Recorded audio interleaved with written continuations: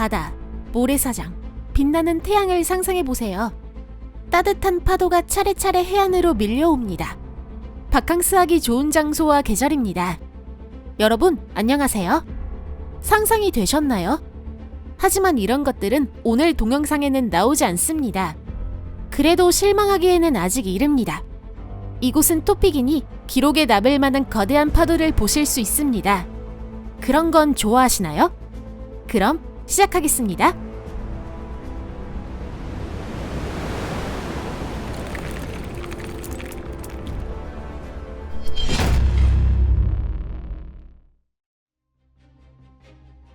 서핑.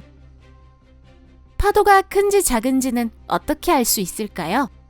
파도 옆에 사람을 세우면 한눈에 알 수 있습니다. 하지만 굳이 누군가를 세울 필요는 없습니다.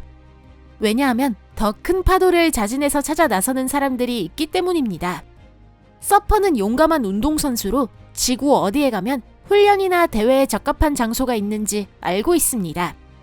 2020년 포르투갈 마을 나사렛 인근 프라이아 드 노르테 해변 부근에서 브라질 서퍼 마야레이스 가바이라가 보시는 것과 같은 파도를 타고 현재 여자 세계 기록을 세웠습니다.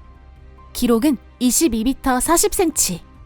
이는 그녀 자신의 이전 기록을 1m 60cm 웃돈 결과입니다. 이러한 파도는 거대한 물의 산이며 프로들에게도 큰 도전입니다. 파도 타기 후에 서퍼는 약 15m 깊이로 끌려 들어갈 위험을 안게 됩니다. 이러한 상황에서는 방향을 잡고 빠르게 수면으로 떠오르는 것이 중요하며 그것이 곧 영광의 순간을 손에 들고 기네스북에 이름이 실리는 것으로 이어집니다.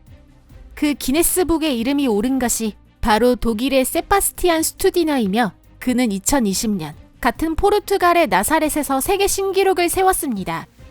이 서핑계 에베레스트에서 그는 높이 26m 21cm의 파도를 탔습니다. 이 높이는 8층 건물에 해당합니다. 기네스북 조사원은 어떻게 이 파도의 높이를 쟀을까요? 만약 그 방법을 아신다면 댓글창으로 알려주세요. 파도와 배. 물은 지구 표면의 71%를 차지하고 있습니다.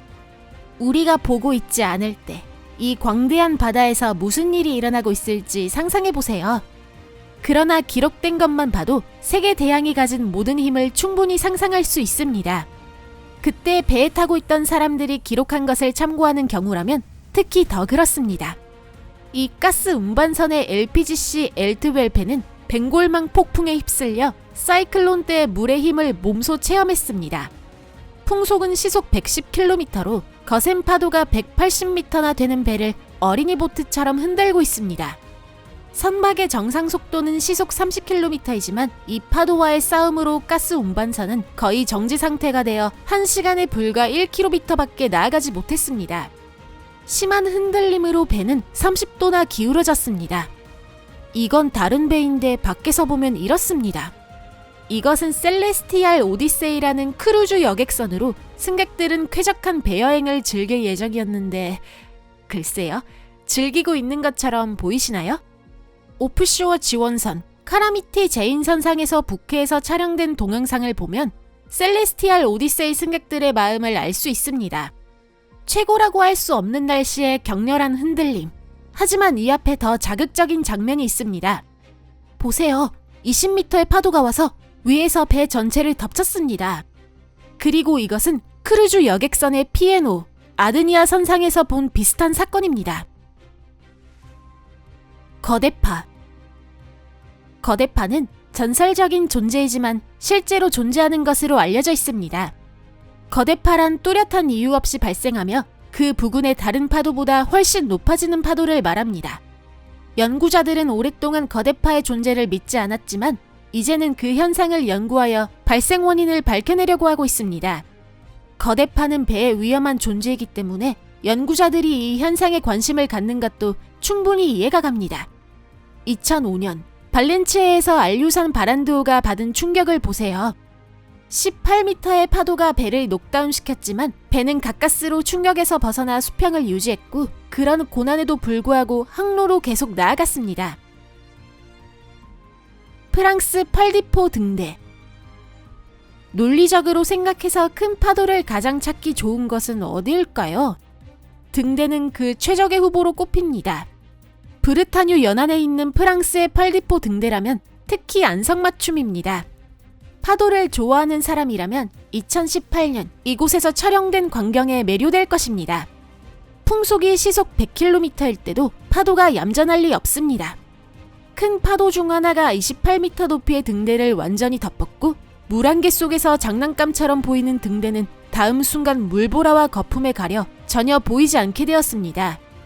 화려한 광경이네요. 2015년 칠레 쓰나미. 2015년 9월 16일 칠레에서 이아펠 마을 부근을 진원으로 매그니튜드 8.3의 지진이 발생했습니다. 당국의 보고에 따르면 약 100만 명의 주민이 휴대전화로 쓰나미 경보 문자를 수신했고 위험구역에서 대피해야 했다고 합니다. 이 신속한 행동 덕분에 많은 생명을 구할 수 있었습니다. 지진이 발생하고 불과 몇 분 만에 높이 4.5m의 쓰나미가 해안으로 밀려왔습니다. 쓰나미의 위력이 매우 컸기 때문에 코킨버 항에서는 여러 척의 대형 어선과 많은 보트가 해안으로 발사되었습니다. 또 다른 연안부 마을들도 이 재해로 큰 피해를 입었고 이 지역에서는 지진과 쓰나미 때문에 500개 이상의 건물이 파괴되고 9,000명이 집을 잃었습니다. 그러나 라 실레나 마을에 있는 유명한 등대는 피해를 입었지만 이 대재앙을 견뎌냈습니다. 여기에 뭔가 특별한 의미가 있지 않을까요? 2014년 아스케 화산 쓰나미. 에슈큐바토는 아이슬란드에서 두 번째로 깊은 호수입니다. 이것은 매우 희귀한 호수로 해발 약 1500m의 아스케 화산 칼데라 안에 있습니다. 그 근처에는 작지만 절경으로 유명한 비티 호수가 있어 관광객들에게 특히 인기가 많습니다. 그 모습을 보면 이 산악지대에서 거대한 파도가 발생할 것이라고는 도저히 상상할 수 없습니다. 그러나 2014년에 바로 그런 일이 여기서 일어났습니다. 7월 22일에 거듭된 지진 후 화산 경사면에서 800m 길이의 암괴가 무너져 내리고 350m 높이에서 미끄러지며 물속으로 낙하한 것입니다. 이 산사태 때문에 호수에 30m나 되는 쓰나미가 발생했고 그 호수의 수위는 2m 상승했습니다.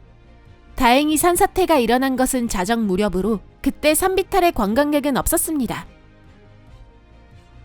2015년 알래스카 메가헤일.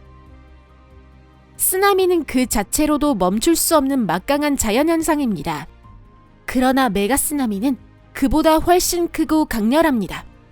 바로 최근 알래스카에서 그런 메가쓰나미가 탄생했지만 놀랍게도 사람들은 그것을 곧바로 깨닫지 못했습니다. 2015년 10월 17일 턴피오르 서쪽 끝에서 산사태가 발생해 총 중량 1억 8,100만 톤의 7,600만 입방미터 암석이 불과 1분 만에 물속으로 무너져 내렸습니다. 이 암괴는 시속 약 100km로 이동하여 높이 100m의 파도를 일으켰습니다. 이 파도는 피오르드 강 건너를 덮치며 해안에서 약 200m의 내륙까지 밀려왔습니다. 그러나 물의 대부분은 피오르드를 내려가 15km 앞에 있는 아이시만에 침입했습니다. 그때만 해도 아직 파도는 약 12m로 상당히 높았습니다. 사람들이 이 재해에 대해 알게 된 것은 그로부터 몇 시간 후로 지진계가 매그니튜드 4.9라는 이변을 기록했을 때였습니다. 재앙에 접근하지만 않으면 재앙이 닥칠 일은 없다는 것은 바로 이런 경우가 아닐까요? 해소. 중국 저장성의 책탄강은 그 박진감 넘치는 해소로 관광객을 끌어들이고 있습니다. 이 자연현상은 조류가 강바닥에 들어갈 때 발생합니다. 흐름은 강폭이 좁아지면서 큰 파도로 바뀌며 그 높이는 무려 9m나 됩니다. 현지 주민들은 이 파도를 응용이라고 부르며 서퍼들 사이에서는 시속 40km의 파도를 타는 것이 인기입니다. 작은 배들이 이런 파도에 맞서는 것은 쉽지 않기 때문에 작은 배를 보호하기 위해 특별한 보가 건설되었습니다. 이 작은 보는 흐름을 멈추고 해안 쪽으로 유도합니다. 그래서 박진감 있는 사진을 찍기 위해 이곳에는 많은 관광객이 모여듭니다. 때로는 단순히 구경하고 동영상을 찍는 것에서 끝날 수도 있습니다. 그러나 파도의 힘은 예측할 수 없기 때문에 파도가 강둑으로 밀려올 수도 있습니다. 그럴 때는 물가에 접근하지 않는 것이 좋습니다. 그렇게 하지 않으면 옷을 말려야 하거나 파도의 기세가 가라앉을 때까지 물살과 함께 수영을 하게 될지도 모릅니다. 아마 웬만한 워터파크에 뒤지지 않겠죠? 게다가 확실하게 더 과격할 겁니다. 그럼 이만 오늘의 동영상을 마치겠습니다. 여러분, 시청해주셔서 감사합니다. 만약 이 동영상이 마음에 드셨다면 좋아요를 눌러주시면 감사하겠습니다. 그것이 채널에 힘이 되고 또 여러분을 위해 새로운 동영상을 만들 수 있는 원동력이 됩니다.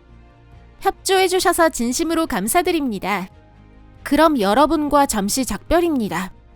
여러분, 곧 뵙겠습니다. 안녕히 계세요.